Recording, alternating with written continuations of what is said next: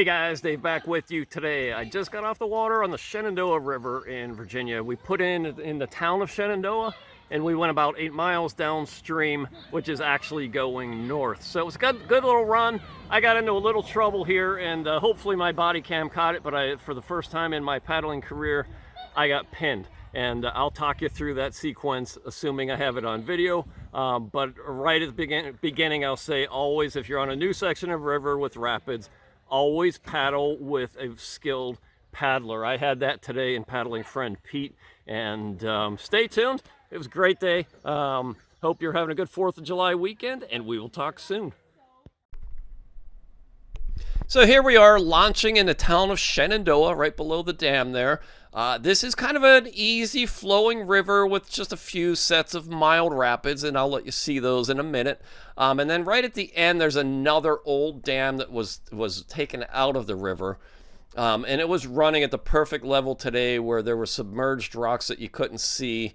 It wasn't so terribly low that you could see them all, but it wasn't so terribly high that you could go over all the obstacles. And as I referenced, I did get pinned here toward the end. But here we are launching. I'm just going to let you watch this a little bit so you can see what this section of river is like.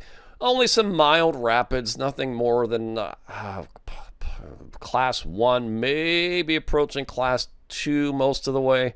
Here's an example. I was in my Phoenix match 2. Pete had his canoe mate cancel out that morning. So he was in his canoe alone, so I knew I was going to be much faster than him.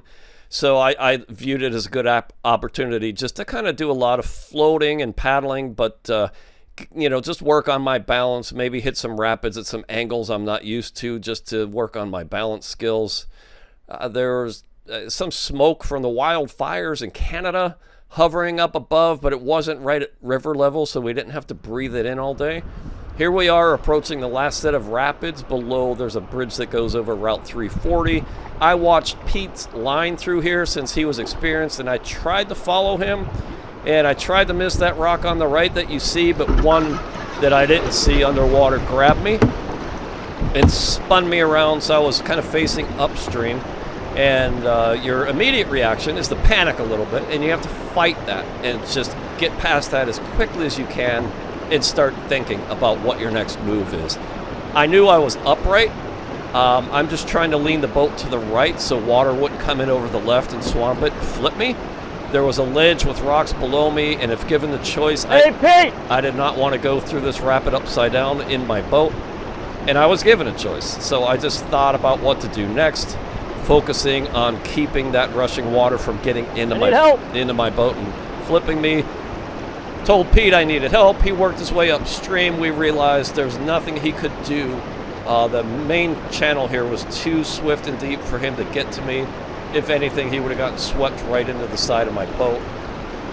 I was sitting here a long time if you look at the elapsed time. I couldn't push myself forward, couldn't push myself backwards. So I figured my best plan here is to get my paddle to Pete, have him catch that so I have 2 hands to get out of this boat.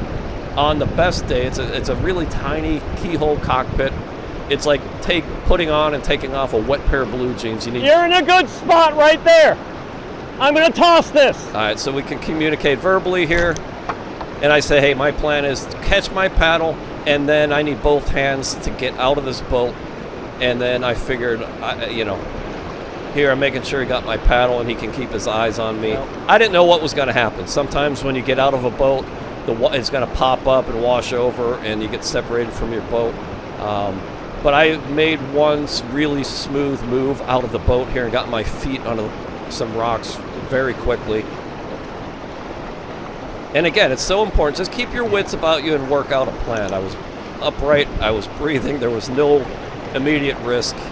So we just thought about it and worked together as a good team here. I had a really good person to be with on the river because Pete just knows what to do and how to help in these situations.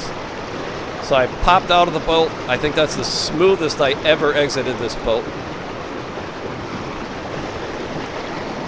I'm 6'1", tiny cockpit. It's not easy to get in and out of this thing, and compound that with being in the middle of a rapid, and it's different. That and that. That's where I was pinned. And I was really pinned. That river Thank was you, swift sir. right there. So there I'm thinking, Well, Pete. once I had plenty of time to think about it. Yeah, And then I was like, well, if you could just get this paddle out of my hands and I don't lose a $300 paddle, I can unpin myself. yeah, because I I'm not sure I could have walked against it here either. It was, Yeah, there was no way. and up top, I mean, I would have had to gone way up. There was no way. It was getting deep enough where I was iffy any deeper in the current was going to take me. So there was one rock there that caught my bow and just turned me left. Yeah, I saw you. And then the rear end got slammed against the other rock. Once that happens, yeah, you got to get out. There's nothing. So thank you, sir. No problem. There's a first for everything, and that was it for me. Oh, for some I've reason. never been pinned. Really? Really. Yeah, watch your shins. There's a couple boulders in here. All right. Thank you so much. So we got below that, collected our wits, and hopped in the boats and finished out. Here's the exit point. Some people, nice people, were just letting their dogs swim. This was fun. One dog kind of came at me, but its tail was wagging. But yeah, it turned out to be just about 9 miles because I turned around and paddled some upstream sections because Pete was much slower than I was. Because he was in a canoe by himself. His canoe mate canceled that morning. So I just wanted to practice my skills in this boat through some rapids, maybe at some weird angles, and just have a great day, which we did. We had a great day, and that was my first pin. When you want an extraordinary racing kayak made in the finest American tradition, or maybe just own a piece of American kayaking history,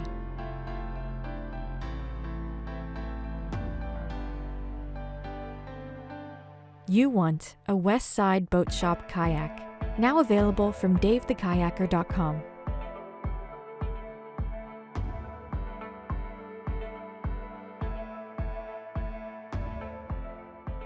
West Side Boat Shop kayaks.